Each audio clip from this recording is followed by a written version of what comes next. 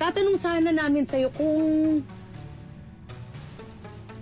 interesado ka maging receptionist sa bagong hotel. Yung bagong bukas sa downtown. Oo, kasi dati naming client yung may-ari nun. Kaya tatanong sana namin kung gusto mo tulungan ka namin mag-apply.